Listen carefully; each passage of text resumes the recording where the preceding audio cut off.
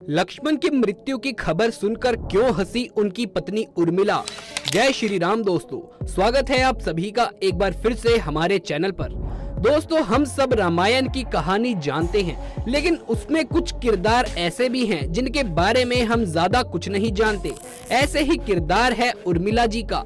आज हम आपको उर्मिला से जुड़ी एक कहानी बताने वाले हैं जिसे हमने रामायण से ही लिया है। तो आइए ध्यान से सुनते हैं, वीडियो को पूरा देखिएगा। दोस्तों, आपको पता ही होगा कि रामायण काल में भगवान श्री राम को 14 वर्ष का वनवास हुआ। तब उनकी पत्नी माता सीता भी अपने पति राम के सहित वनवास में जाने के लिए तैयार हो गई। परंतु बचपन से ही बड़े भाई की सेवा में रहने वाले लक्ष्मण जी कैसे भला राम जी से दूर हो जाते। लक्ष्मण जी ने माता सुमित्रा से तो आज्ञा ले ली और पत्नी उर्मिला के कक्ष की ओर बढ़ ही रहे थे, परंतु वन में ये सोचते हुए जा रहे थे कि माता से तो वो आज्ञा ले चुके हैं, पर उर्मिला से मैं कैसे आज्ञा लूंगा, मैं कैसे उसे समझाऊंगा, मैं उससे क्या कहूंगा। यही बिना बताए जाऊंगा तो वो रो रो कर जान दे देगी, और यदि बताऊंगा तो साथ जाने की जिद करेगी और बोलेगी कि यदि सीता जी अपने पति के साथ जा सकती है तो मैं क्यों नहीं जा सकती। यही सोच विचार करके लक्ष्मण जी जैसे ही अपनी पत्नी के कक्ष में पहुँचे तो देखा उर्मिला जी आरती की थाली लेकर बाहर खड़ी उनकी प्रतीक्षा कर रही है। जब लक्ष्मण जी उनके पास पहुँचते हैं तो उर्मिला जी बोलती हैं, आप मेरी चिंता छोड़ दें। हे प्रभु, जो प्रभु की सेवा में वन को जाए तो उसे मैं कैसे रोक सकती हूँ। मेरे कारण आपकी सेवा में कोई बाधा ना आए, इसीलिए मैं साथ जाने की जिद भी नहीं करूँगी। मित्रों, लक्ष्मण जी को कहने में संकोच हो रहा था, परंतु उनके कुछ कहे बिना ही उनसे पहले ही उर्मिला जी ने उनके समस्या को समझा और उनके संकोच को दूर कर दिया। वास्तव में यही पत्नी का धर्म है। पति संकोच में पड़े उससे पहले ही पत्नी अपने मन को भी जानकर उसे संकोच से बाहर निकाल दे। पत्नी का इतना योग और प्रेम देखकर लक्ष्मण जी बिलक बिलक कर रो पड़े। तब उर्मिला जी ने एक दीपक जलाया और विनती किया कि हे मेरे नाथ, इस आस को कभी बुझने नहीं देना। लक्ष्मण जी तो वहाँ से चले गए, लेकिन 14 वर्ष तक उर्मिला एक तपस्विनी की भांति कठोर तप करती रही। वन में भैया भाभी की सेवा में लक्ष्मण जी कभी सोए नहीं, परंतु उर्मिला ने कभी भी अपने महलों से द्वार बंद नहीं किए। वो सारी रात जाग जाग कर उस दीपक की लौ को बुझने नहीं देती थी। मेघनाथ से युद्ध करते हुए जब लक्ष्मण जी को बाण लग जाता है और हनुमान जी उनके लिए संजीवनी बूटी लेने गए थे, तो उधर से जब पहाड़ लेकर लौट रहे थे तो बीच में उन्हें अयोध्या से होकर गुजरना था। भरत जी उन्हें राक्षस समझकर उन पर बाण चला देते हैं और हनुमान जी नीचे गिर जाते हैं। जब उनको होश आया और होश आने के बाद हनुमान जी ने भरत जी को सारी कहानी बता दी, तो रावण मेघनाथ ने लक्ष्मण पर शक्ति बाण का प्रयोग किया है, इसीलिए लक्ष्मण जी के प्राण संकट में हैं। मैं उनके लिए संजीवनी बूटी लेने आया था। जब ये बात माता कौशल्या ने सुनी तब उन्होंने कहा, हे हनुमान, राम से जाकर कहना लक्ष्मण के बिना अयोध्या में पैर भी मत रखे, राम वन में ही रहे। तब ये बात माता सुमित्रा ने सुनी तो सुमित्रा कहती है कि हे हनुमान, राम से कहना कोई बात नहीं, अभी मेरा दूसरा पुत्र शत्रुघ्न मेरे पास है, मैं उसे भी वन में भेज दूंगी। ये मेरे दोनों पुत्र राम की सेवा के लिए ही तो जन्मे हैं। माताओं का ऐसा प्रेम देखकर हनुमान जी की आंखों में आंसू रुक ही नहीं रहे थे, परंतु जब उन्होंने उर्मिला जी को देखा तो वो सोचने लगे, ये क्यों एकदम शांत और प्रसन्न खड़ी है, क्या इन्हें अपने पति के प्राणों की कोई चिंता नहीं है। वास्तव में जब उर्मिला जी ने सुना कि उनके पति के प्राण संकट में हैं, तो वो खड़ी होकर हंस रही थी। तब हनुमान जी ने पूछा कि हे देवी, आपके प्रसन्नता का क्या कारण है, आपके पति के प्राण संकट में हैं। सूर्य उदय होते ही सूर्य काल का दीपक बुझ जाएगा। उर्मिला जी कहने लगी, हे हनुमान, मुझे भला किस बात की चिंता, मैं क्यों चिंता करूं, मेरा दीपक अभी संकट में नहीं है।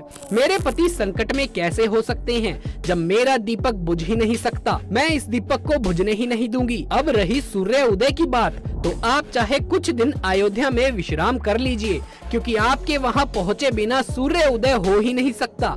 आपने कहा कि प्रभु श्री राम मेरे पति उसी को अपनी गोद में लिए बैठे हैं। जो श्री हरि भगवान राम की गोद में लेटा हो उसे काल भी छू नहीं सकता। ये तो वो दोनों लोग लीला कर रहे हैं। मेरे पति जब से वन में गए हैं तब से सोए नहीं हैं। वास्तव में सूर्य ने इतनी शक्ति नहीं थी कि लक्ष्मण जी के जागने से पहले वो उदय हो जाए। एक पतिव्रता तपस्विनी का तप उनके सामने खड़ा था और मेघनाथ को लक्ष्मण ने नहीं मारा था, अयोध्या में बैठी एक तपस्विनी उर्मिला ने मारा था ताकि वो कुछ समय के लिए विश्राम कर सके। धन्य है वो पत्नियां जिन्होंने अपने पति के याद में हजारों वर्षों को ऐसे ही बिता दिया। कहते हैं राम राज्य की नींव राजा जनक की बेटियां ही थी, कभी सीता तो कभी उर्मिला। भगवान राम ने तो केवल राम राज्य का कलश स्थापित किया था, परंतु राम राज्य इन सबके प्रेम, समर्पण, त्याग और बलिदान से ही आया था। दोस्तों, ऐसे में और भी कई किरदार हैं जिनके बारे में लोग ज्यादा जानते नहीं हैं। जैसे कि हम ये तो जानते हैं कि राजा दशरथ की 3 पत्नियां थी,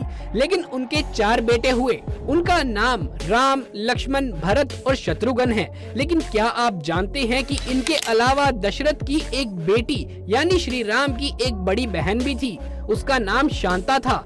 राम, लक्ष्मण और सीता की कहानी के बारे में तो हम सब जानते हैं, लेकिन शांता के बारे में बहुत कम लोगों को पता है। आइए आपको बताते हैं श्री राम की बहन की कहानी। रामायण की कथाओं में शांता का जिक्र मिलता है। माना जाता है कि राजा दशरथ के 4 बेटों के अलावा एक बेटी भी हुई थी, उनका नाम शांता था। शांता दशरथ और कैलाश कौशल्या की बेटी थी। खास बात ये है कि वो श्री राम की बड़ी बहन थी। एक बार कौशल्या की बहन वर्षिणी और उनके पति राजा रोमपद अयोध्या आए। रोमपद अंग देश के राजा थे। मजाक मजाक में वर्षिणी ने अपनी बहन कौशल्या से शांता को गोद लेने की बात कह दी। तभी राजा दशरथ ने उनकी सारी बातें सुन ली और वर्षिणी को अपनी बेटी शांता को गोद देने का वचन दे दिया। इस तरह वर्षिणी और रोमपद ने शांता को गोद ले लिया। शांता को वेद, कला और शिल्प का अनूठा ज्ञान था। वो बहुत सुंदर थी। एक दिन राजा रोमपद शांता के साथ बातचीत में व्यस्त थे। तभी एक ब्राह्मण मॉनसून के दिनों में राजा से खेतों में काम करने के लिए मदद मांगने आया। रोमपद ने ब्राह्मण की याचना पर ध्यान नहीं दिया। अपनी उपेक्षा में नाराज ब्राह्मण वहां से चले गए। वर्षा के देव इंद्रदेव भी अपने भक्त के इस अपमान से नाराज हो गए। इसलिए मॉनसून में वो वहाँ बहुत कम वर्षा हुई। सूखा पड़ने से वहाँ हाहाकार मच गया। इस समस्या से मुक्ति पाने के लिए रोमपद ऋषि श्रृंग के पास गए। रोमपद ऋषि श्रृंग के यज्ञ करने की विनती करते हैं। ऋषि श्रृंग के कहे अनुसार यज्ञ किया जाता है, जिसके बाद अंग देश में वर्षा होती है और सूखे की समस्या खत्म हो जाती है। इससे प्रसन्न होकर रोमपद ने अपनी पुत्री शांता का विवाह ऋषि श्रृंग से कर दिया। भगवान राम की बहन शांता को कुछ लोग पूजते भी हैं।